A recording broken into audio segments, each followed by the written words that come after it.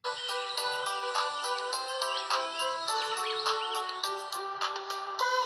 cerahku, matahari bersinar, ku gendong tas merahku di pundak.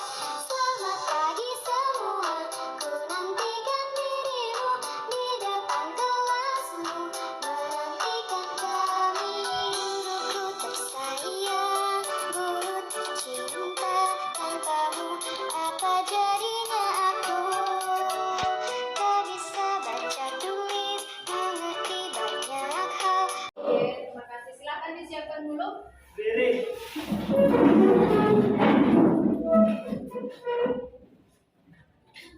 Sebelum kita memulai pelajaran kita pada hari ini, alangkah baiknya kita berdoa. Mari kita bersatu dalam doa dan nama Bapa dan Putra dan Roh Kudus. Amin.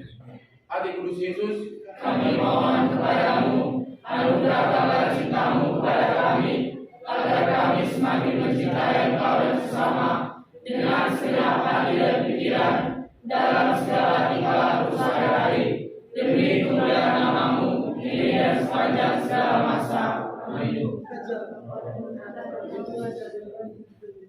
Beri salam.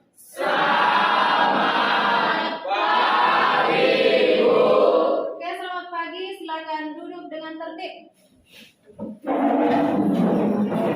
Baik, sekretaris Desri, ada yang tidak hadir? Primensan sakit. Siapa lagi? Oh, hanya itu. Baik, untuk anak-anak ibu yang lainnya supaya tetap menjaga kesehatannya agar dapat ke sekolah ini dengan baik untuk belajar. Oke. Nah, hari ini yaitu mengenai struktur dan fungsi pencernaan makanan. Apakah di sini kalian sudah makan? Sudah. Tadi si Yonatan tadi makan apa tadi pagi? Oh, suaranya nggak ibu dengar? Makan nasi, lauk hanya nasi aja? Nasi sama telur. Oke. Kemudian siapa si Heni? Nasi sama ikan, Bu. Manfaatnya kita makan. Coba dulu angkat tangannya. Oke, silakan Cecilia. Untuk menambahkan energi pada tubuh. Yang lain? Oke, baik. Nah, itulah kira-kira ya. Namun sebelum kita mulai pembelajaran, supaya kita tetap fokus. Nah, ketika ibu gerakkan, semua siap-siap. Ini melatih fokus kamu. Ya, ketika ibu gerakkan tangan kiri ibu, ini di tangan kiri ibu ya. Jadi suaranya itu tak, gitu ya. Ketika ibu gerakkan tangan kanan, suaranya boom. Oke, berarti tak tak boom boom, gitu ya. Oke, kita ulangi.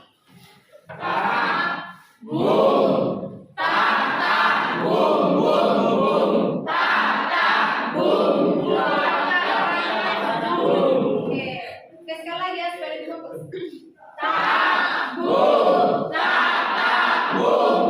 Oke, tepuk tangan untuk itu. Oke, nah seperti itu ya. Nah, berarti kamu sudah fokus untuk mengikuti pembelajaran pada hari ini. Silakan dibacakan. Dengan kajian literatur dan video siswa dapat memadukan fungsi dan mekanisme kerja pencernaan pada manusia yang benar. Iya, bagus ya. Jadi yang kedua tujuan kita dengan nanti literatur dan video kamu mampu memadukan, ya memadukan antara fungsi dan mekanisme kerja pencernaan dengan benar. Nah, pada saat ini ada gambar di depan. Silakan dulu analisis gambar berikut. Iya, usus besar dan usus kecil katanya apa kontennya atau isinya, kemuatannya? Makanan. Sayuran. Oke. Dan bagaimana cara organ pencernaan untuk memproses itu? Dan itu adalah salah satu dari tujuan pembelajaran kita hari ini. Gitu ya. Bagaimana cara organ pencernaan memproses itu? Nah, itulah yang menjadi permasalahan kita. Gitu ya. Nah, untuk lebih mendalam kamu mengkaji tentang permasalahan ini akan ditampilkan berupa video, ya.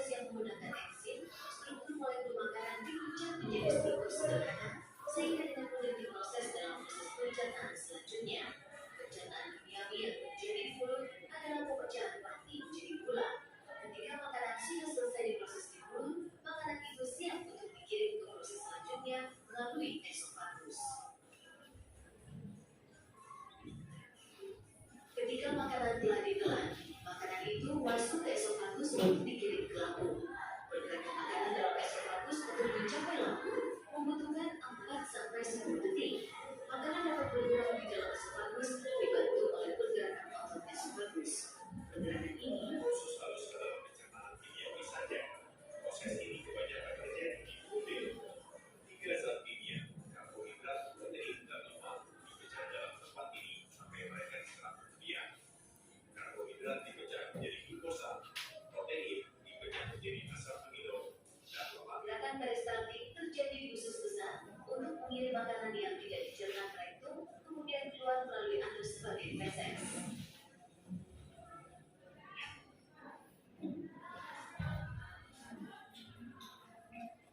Oke, nah itulah video yang membantu kamu. Dari pencernaan enzimatis dan kimiawi yaitu enzim pitialin. Oke, baik, bagus.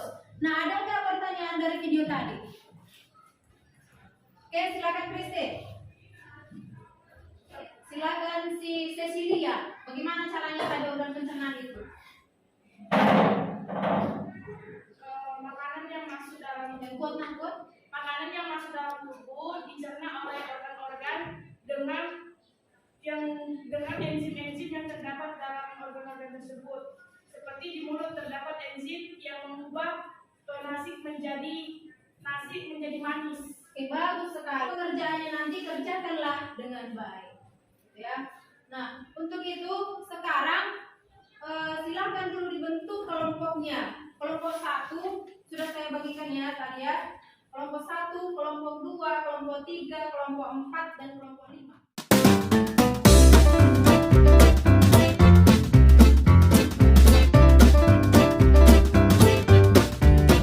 Ikut cek dulu ya. Ini kelompok 1, kelompok 2, kelompok 3, kelompok 4, kelompok 5. Oke. Nah, akan Ibu bagikan bahan ajar dan juga LKPD ya.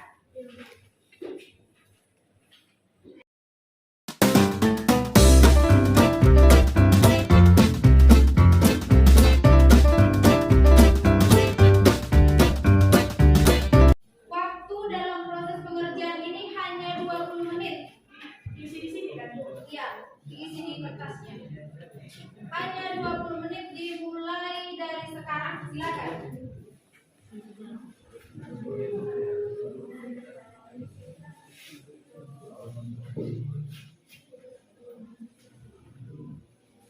Waktu tinggal 10 menit lagi.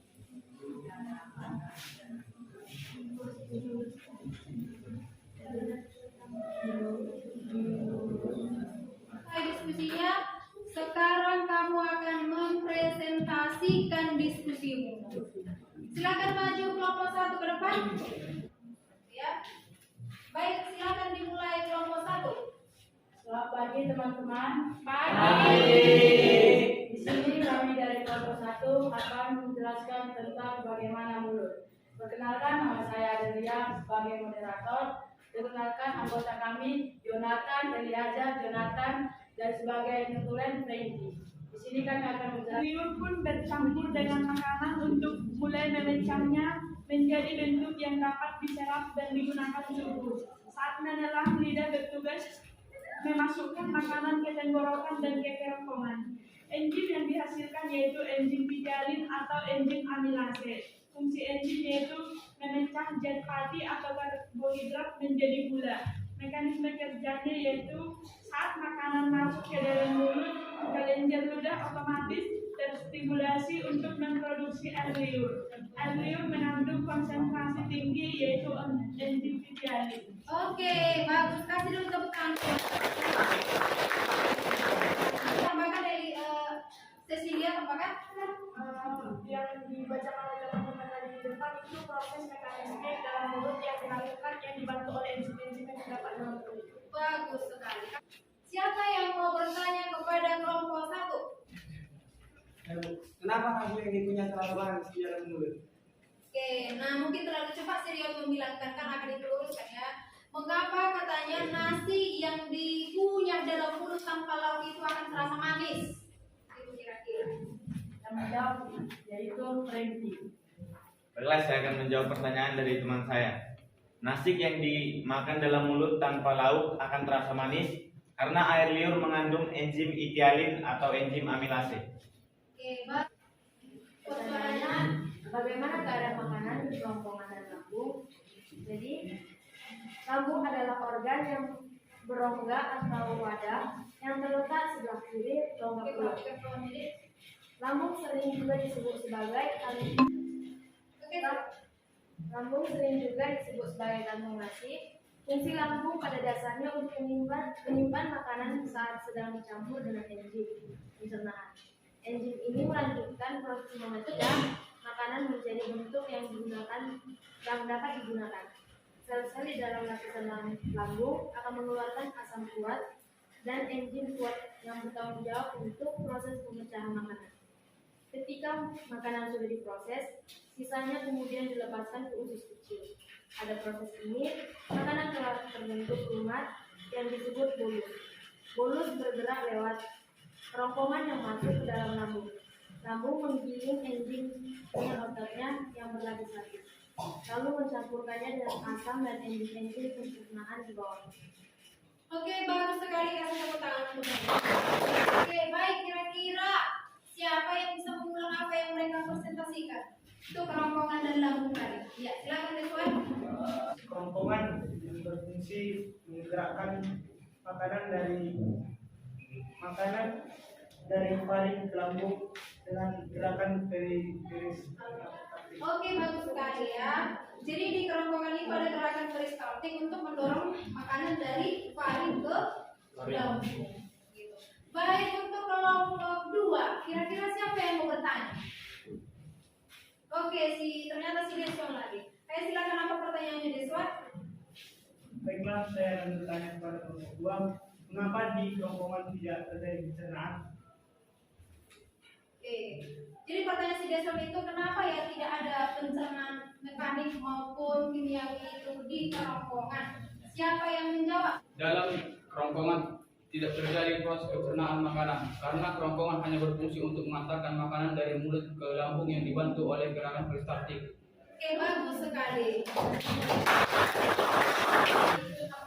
Tapi sebelumnya perkenalkan, saya Sistem, saya sebagai moderator.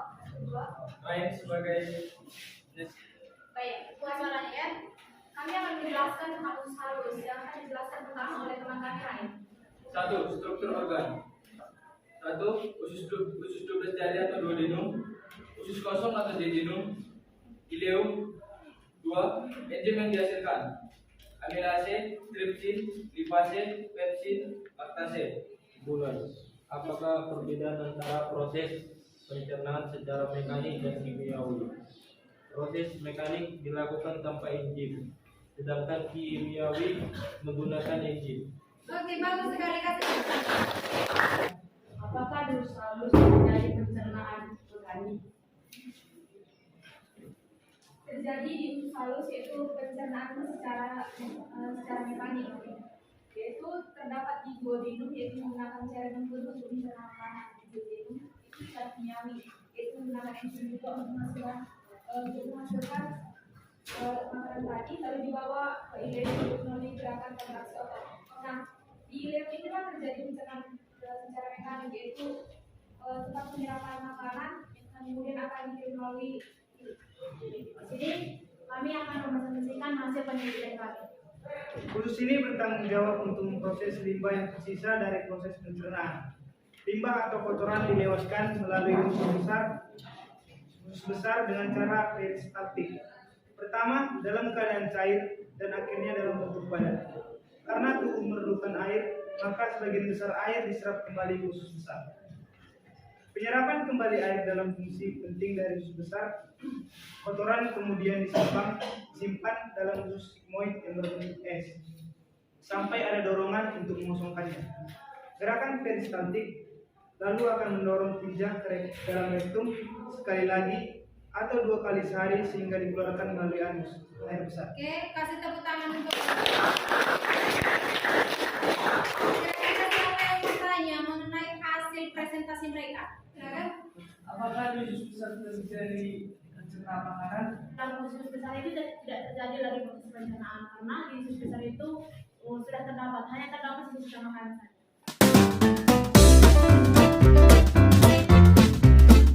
Apakah fungsi dari cairan empedu? Fungsi cairan empedu yaitu membantu proses pencernaan lemak di dalam tubuh. Oke, bagus sekali itu fungsinya ya, memproses pencernaan lemak supaya lemak itu menjadi tetesan-tetesan dan lebih mudah diserap oleh organ pencernaan yaitu usus penyerapan. Sejauh mana kalian mengerti mengenai pelajaran hari ini akan ibu bagikan post-test ya, akan ibu bagikan post-test kepada kita. Waktu pengerjaannya ini hanya 5 menit. Jawabannya sudah benar ya. Berarti dari pembelajaran tadi kalian memperhatikannya dengan baik. Oke. Nah, maka sampailah kita pada kesimpulan. Ya. Siapa kira-kira yang bisa menyimpulkan pembelajaran kita pada hari ini? Kesimpulan yang saya dapat itu terdapat pada mulut.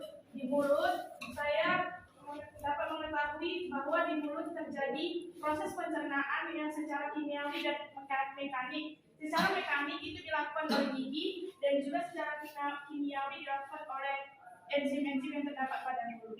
Oke, bagus sekali. Bantuan enzim. Lalu esophagus atau kerongkongan itu hanya berupa saluran dengan gerakan peristaltik. Kemudian sampai ke lambung itu terdapat kardiak, fundus, badan lambung, terus apa lagi? Di sana terdapat enzim-enzim dan juga terjadi mekanisme kerja mekanik yaitu dengan menggunakan otot lambung dan juga kimiawi yaitu dengan menggunakan enzim. Untuk pembelajaran hari ini. Ini membuat kalian lebih membantu kami untuk mengetahui dan lebih mengerti tentang sistem pencernaan pada manusia dan kondisi makanan yang dicerna oleh manusia. Selanjutnya kami berharap supaya pembelajaran berikutnya lebih menarik seperti ini dan kami bisa membuat banyak lagi. Oke, berarti yang lain juga sudah tahu ya, sudah lebih paham mengenai ini kan? Nah, untuk minggu depan kita akan sambung materi pembelajaran kita yaitu mengenai kelainan pada organ pencernaan. Oke. Nah, untuk penutup pertemuan kita untuk hari ini, silakan ketua kelas pimpin dulu doa.